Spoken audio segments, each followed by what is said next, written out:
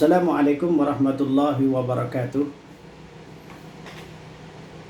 Salam subuh kepada jamaah yang dirahmati oleh Allah Subhanahu wa taala. Kalau kita berbicara persoalan dunia ini bukanlah tempat akhir dari tujuan hidup kita. Tetapi dunia ini adalah ladang kita memupuk amal. Dunia ini adalah kita mencari perbendaharaan amal kita untuk kehidupan kita nanti menghadap Allah Subhanahu wa taala. Kehidupan dunia ini adalah sendak gurau dan permainan belaka. Karenanya jangan sampai kita ditipu oleh kehidupan dunia. Menghabiskan waktu dan umur kita hanya untuk bermain-bermain. Inilah hakikat dunia, adalah kesenangan yang menipu. Kalaulah kita menyadari semua itu, lantas mengapa kita masih lalai di dalam beribadah kepada Allah Subhanahu wa taala? Dalam sebuah kitab yang ditulis oleh seorang ulama besar yang bernama Syekh Abdul Wahab Sya'rani, atau kita kenal dengan sebutan Imam Sya'rani, menulis sebuah kitab yang diberi judul Tanbihul Muhtarin, yaitu peringatan bagi orang-orang yang terpedaya. Disebutkan dalam kitab tersebut, ada seorang yang diberikan usia 70 tahun oleh Allah Subhanahu wa taala. Ini diceritakan dalam kitab. Orang itu 70 tahun diberikan usia oleh Allah Subhanahu wa taala, tapi sepanjang hidupnya ketika dia berjalan, dia tidak pernah mendongakkan kepalanya ke atas langit. Tidak pernah melihat langit. Sehingga kalau kita tanya, ada apa di atas langit? Dia tidak pernah tahu. Karena dia tidak pernah melihat ke atas langit. Dan orang-orang sezamannya di saat itu bertanya kepada orang tersebut, "Tuan, mohon maaf, kenapa Tuan selama hidup ini tidak pernah mendongakkan kepala Tuan ke atas langit? Tidak pernah Tuan melihat langit?" Apa jawab orang tersebut? "Haya'an minallah." Saya malu kepada Allah. Saya malu kepada Allah karena masih banyak dosa yang saya kerjakan. Padahal kata Imam Sya'rani dalam kitab tersebut, 70 tahun orang itu hidup. Hidupnya dipergunakan untuk beribadah kepada Allah. Hidupnya habis buat dipakai ibadah kepada Allah. Dari sejak dia kecil sampai dia umur 70 tahun, tidak pernah dia mendongakkan matanya, mukanya ke langit, karena dia merasa malu kepada Allah Subhanahu wa ta'ala. Lalu bagaimana dengan kehidupan kita? Ya, kita sehari-hari ketika kita berjalan di atas permukaan bumi ini, dengan bangga dan congkaknya, kita ingin menunjukkan kepada setiap orang tentang jati diri kita. Tentang bagaimana kita seolah-olah kita ini berkuasa. Tentang bagaimana ketika kita ini menjadi sebuah orang kaya yang kita menganggap orang kecil di hadapan kita. Kita menjadi orang yang sombong dan congkak.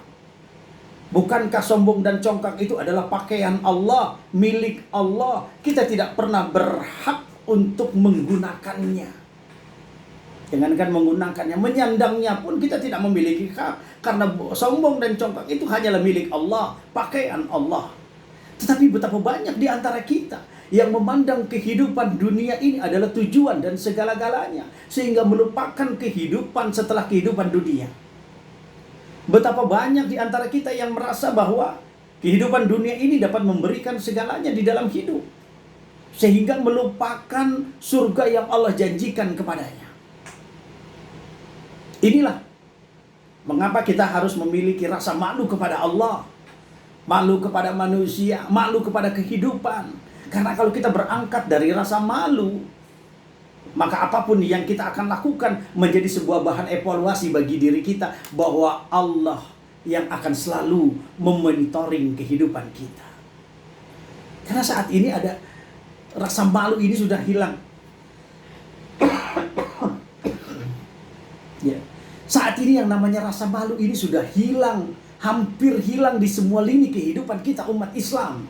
Kita lebih takut kepada kehidupan dunia kita ketimbang kepada Allah. Kita lebih takut kepada atasan kita ketimbang kepada Allah. Kita lebih takut kepada pimpinan kita ketimbang kepada Allah. Sehingga rasa malu ini diangkat dari diri tiap pribadi untuk kemudian diperlihatkan dalam kehidupan. Aneh makanya kalau ada orang Islam yang tidak suka dengan agamanya, Norak kalau ada orang Islam yang selalu mendiskreditkan agamanya, bahkan a priori terhadap persoalan kehidupan umat Islam lainnya. Bukankah Nabi mengajarkan kepada kita bahwa kita ini seperti satu badan? Apabila yang satu sakit, yang lain ikut merasakan sakitnya. Tapi kenyataannya badan yang sakit itu justru kita perparah dengan kita ikut memberikan rasa sakit tambahan kepadanya.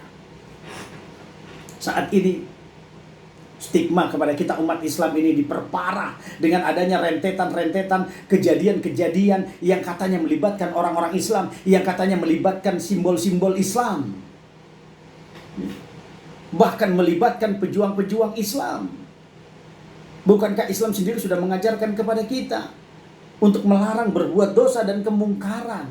Islam sudah melarang kepada kita untuk fahsya wal munkar. Kalau ini sudah menjadi sebuah titik dasar kita beragama, maka tentunya kita tidak akan ada yang namanya stigmatisasi terhadap Islam. Kita umat Islam ini, ketika kita memegang jabatan, ketika kita memegang kekuasaan, ketika kita masih memegang peranan, tidak mau lantas kita mau memajukan Islam. Kenapa? Karena kita takut, karena kita malu, karena kita tidak mau membela Islam kita. Sementara kita lihat orang-orang di luar sana, ketika memegang jabatan, mereka berjibaku saling bantu antar mereka. Kita kalau sudah pensiun baru kita mulai. Apa yang bisa kita perbuat? Tanda tangan kita sudah tidak laku. Perintah kita sudah tidak didengar orang. Baru kita mulai berbuat. Susah kita. Oleh karena sekarang ini saatnya kita bangkitkan kembali Izzul Islam wal Muslimin.